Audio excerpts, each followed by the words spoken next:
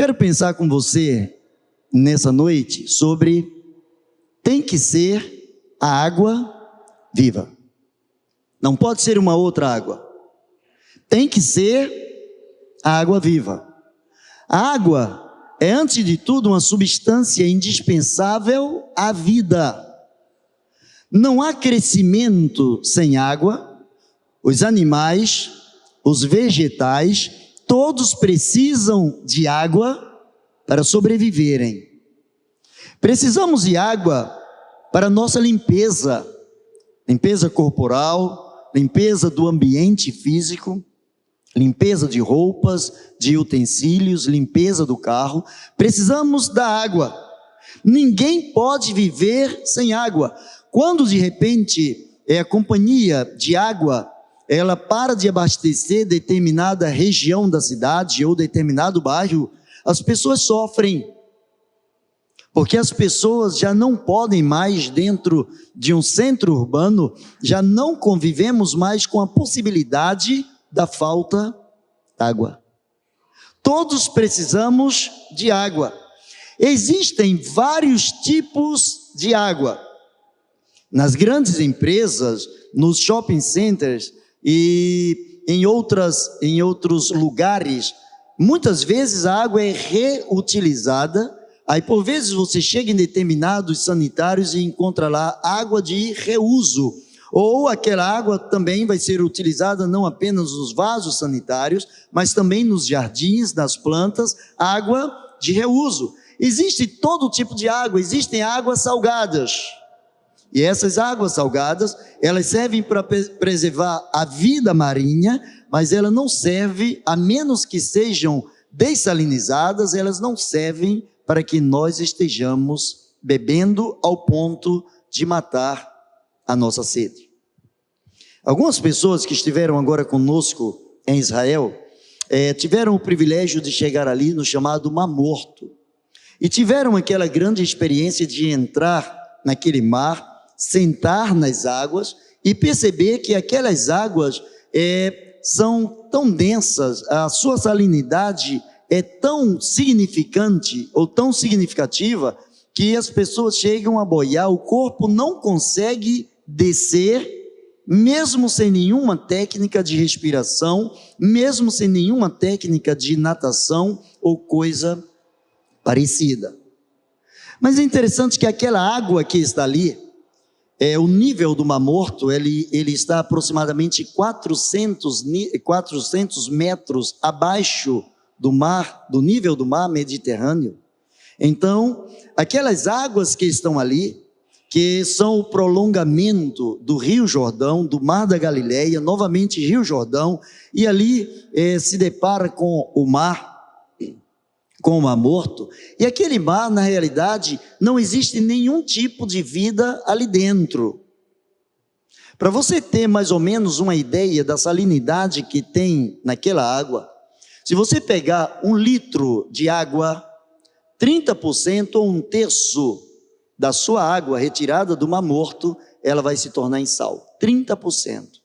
A água que nós temos aqui no Atlântico, as águas que nós temos salinizadas, na realidade elas representam ou têm apenas 3% de água, enquanto que no Mar Morto existe 30% de sal, aliás, 3% de sal, e ali existem 30% de sal.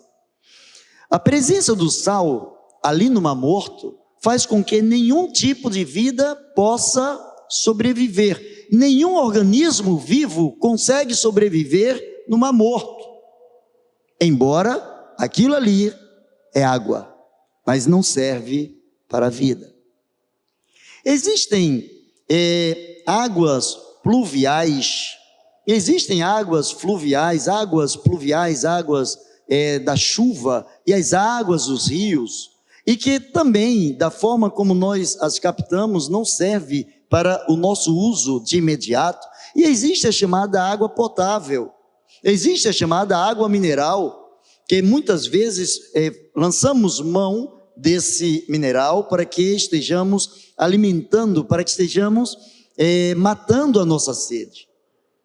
A história se dá no texto que nós estamos lendo, A história se dá em que Jesus vai a uma fonte e encontra uma mulher de Samaria, que ela está tirando água, e Jesus chega para aquela mulher, e Jesus começa a conversar com aquela mulher e pede água. Embora a região é muito seca, embora a região é muito quente, não se está aqui explícito que Jesus estivesse morrendo de sede, mas Jesus começou a travar um diálogo com aquela mulher, pedindo uma água que aquela mulher estava tirando naquele poço, e segundo ela, cavado pelo próprio Jacó, um dos patriarcas, cavado por alguém especial, alguém que tinha comunhão com Deus. E quando Jesus pede água àquela mulher, entre outras coisas, quando aquela mulher começa a falar com Jesus, discutir com Jesus, Jesus olha para aquela mulher e diz: olha, se você soubesse quem está te pedindo um pouco desta água, você pediria, e essa pessoa que sou eu, te daria água viva. E aquela mulher, assim como todo e qualquer ser humano, não entende a priori o evangelho, não entende a priori aquilo que é colocado por Deus. A filosofia divina é muito alta para que nós, humanos, consigamos entender, a menos que o Espírito de Deus revele aos nossos corações. Assim foi com Nicodemos, um homem que hoje poderíamos dizer, na linguagem atual, um homem com doutorado, um homem que não entendeu quando Jesus falou: é necessário nascer de novo. E assim como ele falou a Nicodemos, Jesus também falou para aquela mulher que existia uma água diferenciada, uma água viva, e aquela mulher interpretou a água viva como água profunda. Jesus não estava falando de profundidade do poço, Jesus não estava falando de uma água especial dentro daquele poço, mas ele estava falando de uma água capaz de jorrar de dentro para cima, uma água que jorrasse de dentro para o céu, de dentro para a eternidade. A água viva só pode ser dada por Jesus. Ele diz: a pessoa que beber da água que eu lhe der. Religião não mata a sede espiritual de ninguém. A falta de religião também não mata a sede espiritual de ninguém. Tem pessoas que são tão religiosas, mas são tão religiosas, que a sua religiosidade é comparada ao teor de sal do mar morto. Elas têm água, mas aquela água não serve para nada. Religiosidade não leva ninguém a nada, a lugar nenhum. Jesus estava falando para aquela mulher de algo mais profundo. Jesus estava falando de algo que era capaz de nascer vindo dos céus. Quando Jesus fala com Nicodemos, quando Nicodemos vai estar com Jesus à noite, e pergunta, dentre outras coisas, a Jesus: como pode um homem nascer sendo velho? Como pode um homem receber esse novo nascimento de que Jesus estava falando?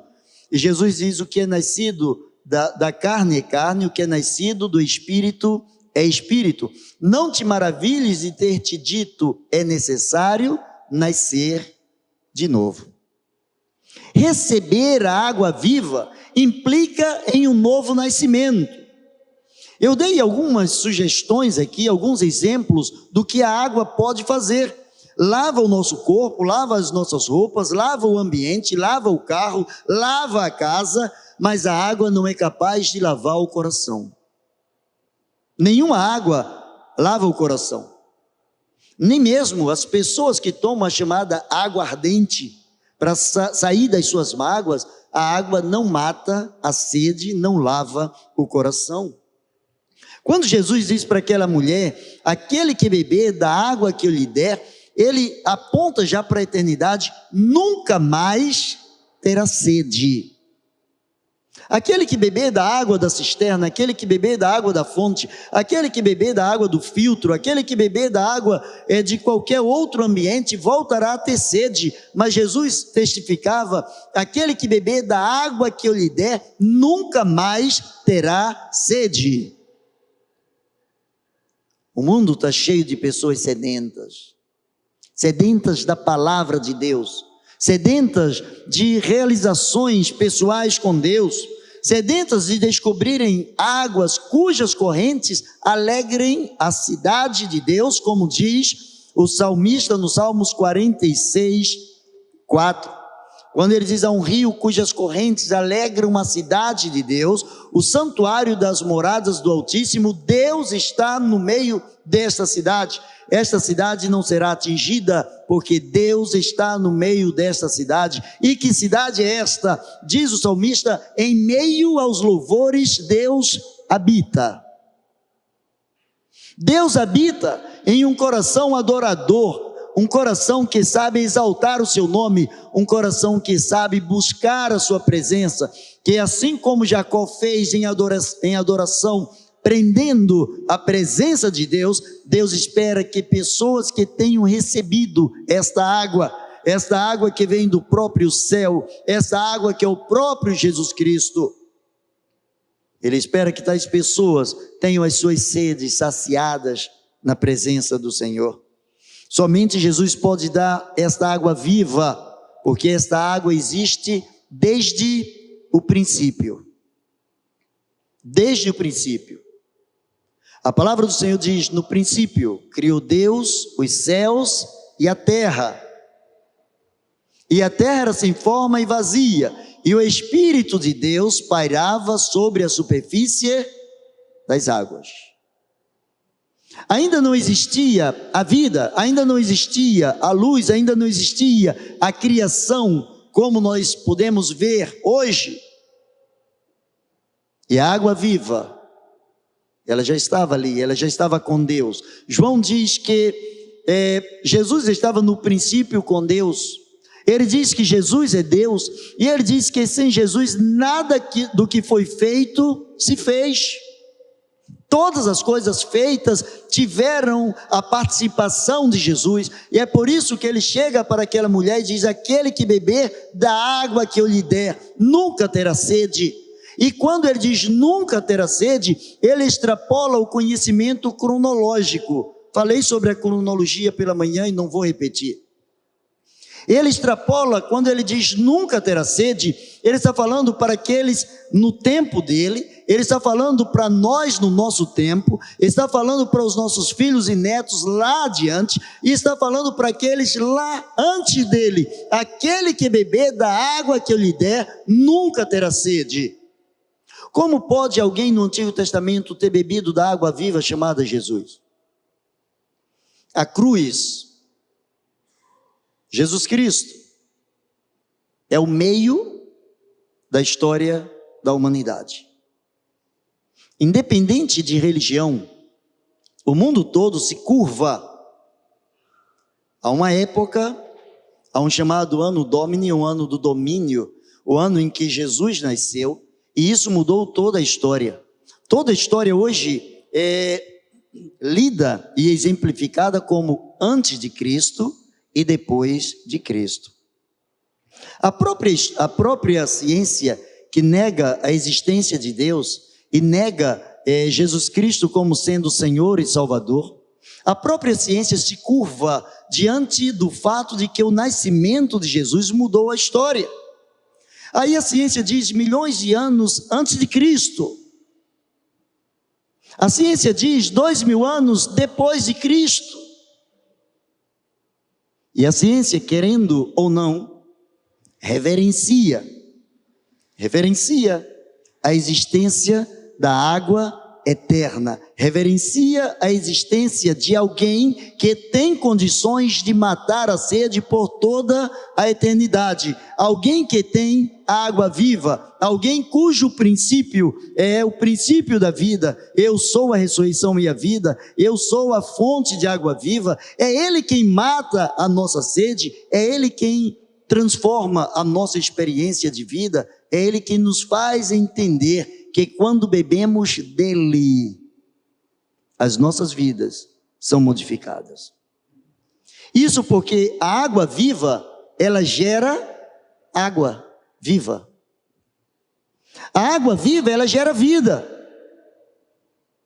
A água viva, existe um tipo de animal marinho, que quando estamos nas praias, chamada água viva também, e aquela ali é nociva. Quando os seus tentáculos encostam no corpo de alguém, ele deixa algumas marcas, ele queima. Jesus Cristo falou de uma água viva que gera vida. Ele disse para aquela mulher: aquele que beber da água que eu lhe der. A água primeiro vai lá no interior, primeiro vai lá dentro, e esta água faz com que aquilo que está dentro comece a sair. Se você pegar uma garrafa ou um copo, e você colocar azeite dentro desse recipiente, e depois você começar a colocar água dentro do mesmo copo, o que é que vai acontecer com o azeite?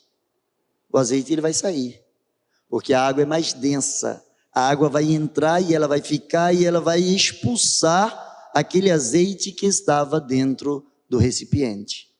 Foi exatamente isso que aconteceu quando Jesus olhou para aquela mulher e disse: olha, se você quiser, se alguém quiser a água que eu tenho, essa água vai fazer com que, batendo no interior, batendo no coração, essa água vai fazer com que você comece a saltar para a eternidade, porque coisas de dentro de você começarão a sair. Para entrar a vida é preciso sair a morte.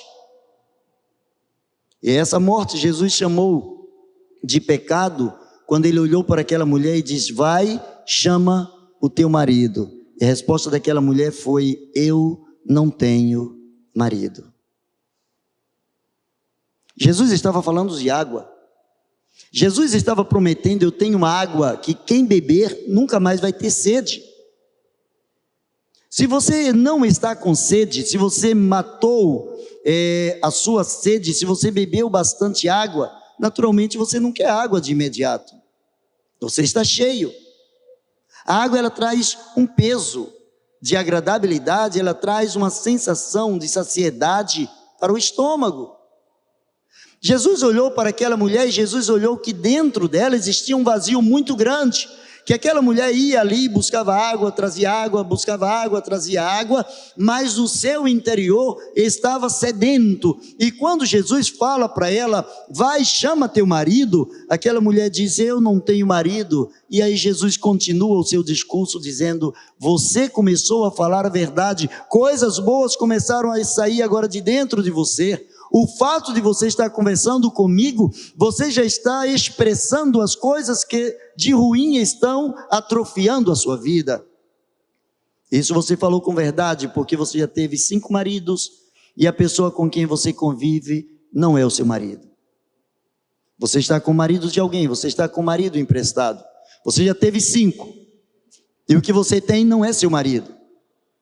E aquela mulher fica pasma. E ela sai e ela começa a anunciar agora aos seus: venham, e vocês vão entender que eu encontrei alguém diferenciado, eu me encontrei com alguém que mata a minha sede. Não será esse porventura o Messias? Ela começa a entender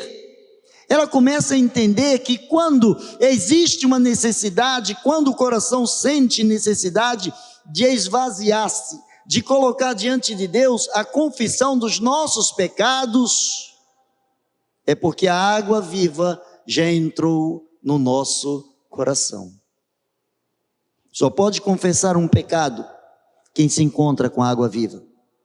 Só pode tirar a graxa, só pode tirar o óleo, só pode tirar os resíduos se a água entrar no recipiente. Se a água entrar, os outros resíduos começam a sair. Essa água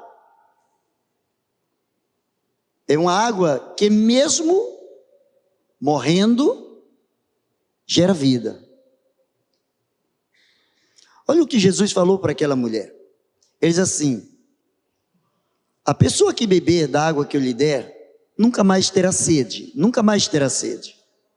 Porque a água que eu lhe der se tornará nesta pessoa uma fonte que salte para a vida eterna, uma fonte que gera vida, uma fonte que gera entusiasmo, que gera mudança no interior. Ele mesmo falou, quando estava junto a Lázaro, ou ao cadáver de Lázaro, quando ele estava ali com as irmãs de Lázaro, e ele diz: eu sou a ressurreição e a vida, aquele que crê em mim, ainda que morra, viverá. Ele estava dizendo o seguinte: nem mesmo a morte pode delimitar, nem mesmo a morte pode colocar um espaço limitador, nem mesmo a morte interrompe a ação de Deus na vida de alguém que bebe desta água. Ele estava dizendo: eu sou a água, e esta água que eu estou dando a você, ainda que esta água morra, esta água frutificará e gerará vida dentro de vocês. E esta água, no 3º ano do seu ministério, ele foi à cruz, entregando-se na cruz do Calvário, expirando, entregando o Espírito, morrendo literalmente. E no 3º dia, esta água que havia morrido na cruz 3 dias atrás, saía da sepultura para nunca mais entrar, para destruir o poder da morte, para aniquilar o poder e a influência da morte sobre a minha e sobre a sua vida. Jesus estava dizendo que esta água, ela penetra a eternidade. Em determinados lugares, quando as pessoas começam a cavar tipos de poços artesianos, é natural que quando pega um lençol freático legal, quando pega uma quantidade excelente de água, é natural que aquela água ela comece a jorrar de baixo para cima. Ela vem com toda a pressão, de baixo para cima. Como que quebrando a lógica, como que quebrando a lei da física, quebrando a lei que diz que todo corpo solto no espaço é atraído ao centro da Terra, a lei da gravidade. A água ela é mais densa que o ar, mas no entanto, quando alguém perfura um poço, ela começa a subir de baixo para cima, e Jesus revela isso ao coração daquela mulher, quando ele diz: porque a água que eu lhe der, se tornará nele uma fonte de água que gera vida. E como que esta água gera vida em nós? À medida em que nós confessamos ao Senhor, que nós lançamos sobre Ele toda a nossa ansiedade, que nós confessamos os nossos pecados, que nós nos esvaziamos, esta água tem a condição de nos completar, de fazer um complemento geral em nossas vidas, uma modificação geral na nossa existência. Essa água é a mesma água que sai do trono de Deus. Não é uma água qualquer. Não é uma água purificada pelo homem. Não é uma água filtrada. É uma água que emana do trono de Deus. É uma água diferenciada. Essa água diferenciada é capaz de levar a minha mente e a sua mente a entender que sem Ele não temos nenhum tipo de razão para viver.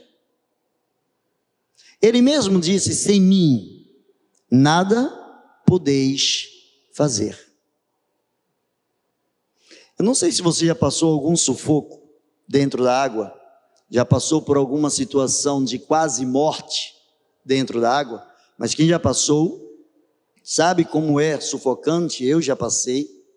E quem já passou sabe que o desespero bate quando a correnteza está te levando, quando você já não consegue mais perceber o fundo ou o plano, a terra embaixo dos seus pés, quando as suas forças forem embora, quando toda e qualquer técnica de natação é esquecida, quando toda e qualquer força é disseminada, é retirada de dentro de você, e você espera apenas pela misericórdia, espera apenas por um milagre.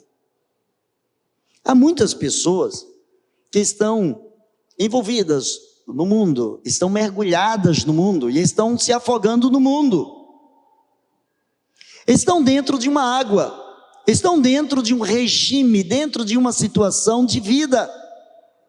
Por vezes uma vida dissoluta, por vezes uma vida sem compromisso com Deus, por vezes uma vida temerária, por vezes uma vida totalmente dissoluta, afastada dos princípios da palavra de Deus. Tais pessoas estão envolvidas em determinado tipo de água, mas é uma água que não gera vida, é uma água que gera morte.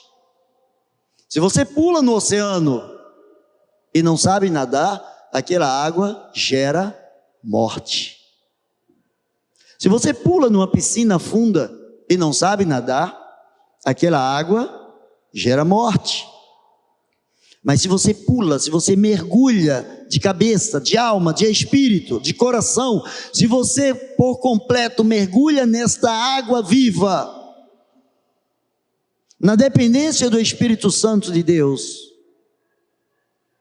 essa vida, essa água gerará vida no seu interior, porque antes de tudo esta água perdoa pecados. Esta água começa lavando de dentro para fora, é uma água que faz com que a vida seja gerada no interior e ela seja compungida, ela seja colocada na direção da eternidade, na direção da vontade do Senhor. Aquela mulher, quando ela olha para Jesus e ela diz assim: eu bem vejo que tu és um profeta. Por que ela chamou Jesus de profeta? Só porque Jesus falou algo que levou-a a entender que ela estava em pecado. Jesus não a recriminou. Jesus só disse para ela: vai e chama teu marido. Coisa simples. A Bíblia não diz que ela estava com aliança. A Bíblia não entra em detalhes. A Bíblia não diz que ela estava com o que hoje poderíamos chamar de uma certidão de casamento na mão. Jesus olha para aquela mulher e Jesus vai exatamente no âmago, Jesus vai exatamente no centro da sua ferida. Jesus olha para ela e com amor diz: vai e chama o teu marido. Quando nós nos apresentamos diante da face do Senhor, quando nos apresentamos diante da presença majestosa do nosso Deus, Ele começa a revelar, pelo seu Espírito, as coisas que precisam sair das nossas vidas. Os nossos vícios, os nossos pecados, os pecados de estimação, as nossas limitações, os nossos medos, as nossas posições adversas à vontade do Senhor.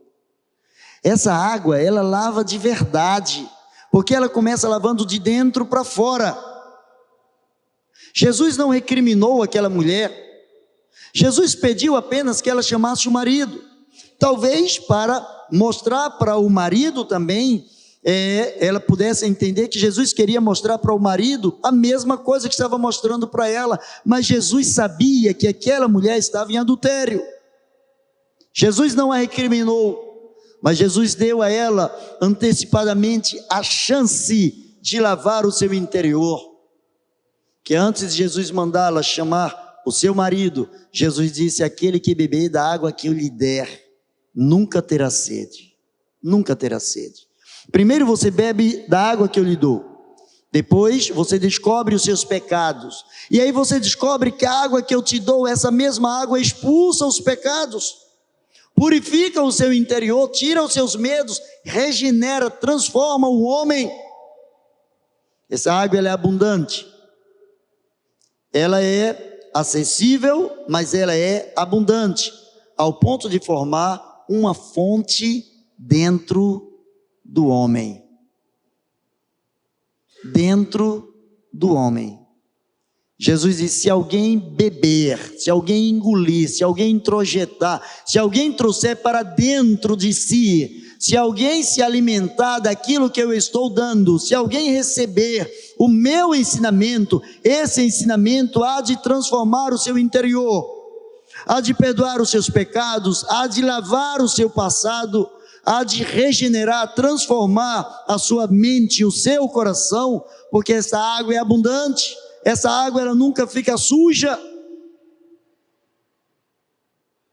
Por vezes, lavamos uma roupa E aquela água já não serve mais para uma outra coisa, senão para lavar o piso, ou para lavar o carro, ou uma outra coisa, mas para beber, para comer, aquela água já não serve.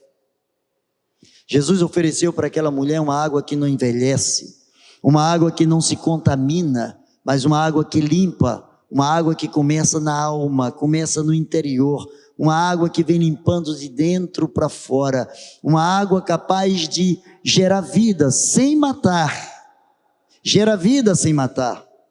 Vai e chama o teu marido. E agora aquela mulher, entusiasmada com aquilo que ouvira de Jesus, ela volta e diz agora para os seus entes queridos, para os seus parentes, para os seus amigos: olha, eu encontrei um homem, será que este homem não é o Messias? Ele é tão diferente, ele falou tudo o que eu fiz. Jesus não falou tudo o que ela fez, ela que falou tudo o que fez.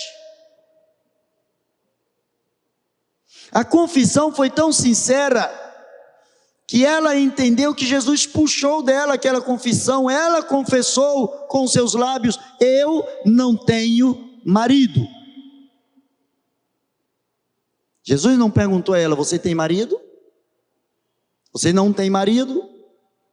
Jesus disse a ela: vai e chama teu marido. A água, o evangelho, ele é assim. Ele entra, ele vai modificando, ele vai lavando, ele vai fazendo coisas maravilhosas.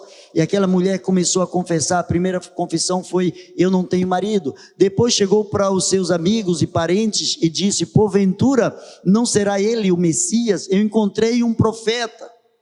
E aquela mulher trouxe muitas outras pessoas para Jesus, ao ponto daquelas pessoas, só pelo que ouviram dela, creram em Jesus, foram até Jesus, e depois de terem ouvido Jesus, diziam para aquela mulher: já não é pelo que você falou, já não é mais pelo teu dito, já não é pela experiência que você teve com este homem, já não é pela água que você bebeu, não é pelo gole de água que você tomou quando estava conversando com este homem, porque nós também estamos tomando goles, nós também estamos bebendo, nós estamos também recebendo desta água, e nós estamos crendo que verdadeiramente este homem é diferenciado, este homem é o Messias, este homem é o enviado de Deus, este homem é aquele em quem todo Israel sempre esperou.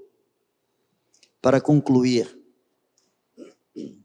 somente, única e exclusivamente a água viva é capaz de matar a sede de espírito. Religião não mata a sede de ninguém. Falta de religião não mata a sede. Partido político não mata a sede. Pelo contrário, partido político pode até te dar mais sede. Times de futebol não matam sede. Pasmem. Família não mata a sede. O cônjuge não mata a sede. A própria vontade não mata a sede. A única coisa que mata a sede é a água que Jesus dá. Só a água que Jesus dá é que pode matar a sede. Somente esta água é capaz de matar a sede e restaurar o sedento, vivificando, ainda que ele esteja morto em seus pecados. Esta água é remédio, esta água cura, esta água ressuscita, essa água purifica, essa água transforma, porque esta água, desde a eternidade, antes do haja luz, essa água já existia. Tanto que quando aquela mulher perguntou: és porventura tu maior do que Abraão? És porventura maior do que Jacó? És porventura maior do que um dos nossos patriarcas? Maior do que aqueles que cavaram esse poço e deram testemunho, bebendo eles, sua família, o seu gado desta água? E Jesus diz: olha, até mesmo antes de Abraão, eu sou antes de Abraão, eu sou antes de Isaac, eu sou antes de Jacó, eu sou antes de todos os patriarcas. E aquela mulher diz: mas como, se tu não tens nem 50 anos? Jesus tinha um pouco mais de 30 anos. Como, se tu não tens mais de 50 anos e tu estás dizendo que tu és antes de Abraão, de Isaac, de Jacó? O Evangelho, a filosofia divina, se não explicada pelo Espírito de Deus, eu e você não conseguimos entender. É por isso que a palavra de Deus diz que aprove a Deus salvar os loucos pela loucura da pregação. Pela loucura da pregação. Os gregos pedem sinais, pedem filosofia, os judeus pedem sinais, mas nós pregamos a Cristo. Escândalo para os judeus, escândalo para os gregos, mas para nós que somos salvos, Jesus é o poder de Deus, disse o apóstolo Paulo. Jesus é o poder de Deus. Jesus é a água viva que desceu do céu. Jesus é a água capaz de dissolver, eliminar, limpar o coração cheio de pecado. Jesus é a água que salta para a eternidade. Assim como em uma cachoeira a água salta de cima para baixo, banhando quem está lá embaixo. Jesus e a sua palavra faz exatamente o inverso. Aquele que recebe esta água, aquele que bebe desta água, dele flui um rio de água viva para cima. É como se Jesus estivesse dizendo: quem recebe a água que eu lhe der, como que numa proporção extraordinária, numa força especial, Deus suga esta pessoa para si. Deus traz essa pessoa para o centro do seu coração. Deus traz essa pessoa para o seu interior. Por isso que Ele deixou o seu lar na glória. Por isso que Ele deixou o lugar que também nos está preparado desde a eternidade, para chegar aqui embaixo e dizer a mim, dizer a você, dizer àquela mulher samaritana: vai e faz isto. E à medida em que ouvimos, vai e faz isto, descobrimos que os nossos pecados nos limitam e não nos capacitam a fazer aquilo que Ele mandou fazer. Mas isso gera em nós arrependimento, isso gera em nós sinceridade de coração. E o salmista diz que quando Deus encontra um coração sincero, um coração sincero, não é um coração perfeito, é um coração sincero, Deus não rejeita. Aquela mulher, ela foi extremamente sincera: eu não tenho marido. A sua confissão gerou vida no seu interior. A sua confissão gerou vida na vida dos seus amigos, na vida dos seus entes queridos. A sua confissão, a minha confissão gera vida, primeiro em nós e depois naqueles com quem nós convivemos. Baixe a sua cabeça, em nome de Jesus. Eu quero orar por você. Quero pedir ao Senhor pela sua vida.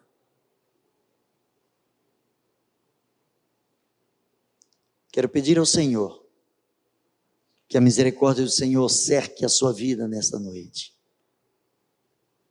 Eu não sei se temos aqui, dentre os que estão presentes, ou mesmo você que está em casa, alguém que ainda não teve a oportunidade de dizer ao Senhor, já teve a oportunidade e não quis nessas outras oportunidades, dizer: sim, Senhor, eu quero esta água viva no meu interior. Eu quero a Tua palavra no meu coração. Eu quero entregar a minha vida a Ti, eu quero a partir de agora Te servir. E eu quero publicar a minha fé, eu quero dizer a todos que eu sou um servo Teu. Se há alguém em casa que está sentindo isso, nos faça saber aí pelo chat. Se tem alguém aqui dentre os presentes que queira fazer essa confissão: eu quero entregar a minha vida a Jesus, levante bem alto a sua mão para a gente orar por você. Se há alguém nessa noite aqui dentre os que estão conosco, se há alguém que queira declarar Jesus como seu Senhor e Salvador, eu quero orar por você. Ou alguém que esteja afastado da membresia da sua igreja, independente da sua denominação, e nessa noite quer voltar ao convívio dos santos, quer voltar aos braços do Senhor, levanta a sua mão, eu quero orar por você em nome de Jesus, aí onde você está. Baixe a sua cabeça, Deus abençoe. Há mais alguém? Eu quero orar por você. Alguém que esteja dizendo: Senhor, eu estou voltando Deus abençoe. Há uma outra pessoa que também queira dizer: Senhor, estou voltando, estou regressando para Ti. Eu quero também orar por você. Se há mais alguém, em nome de Jesus, não para agradar o pastor não mata a sua sede, mas é Jesus que mata a sua sede. Há mais alguém que está com sede de Jesus? Deus abençoe.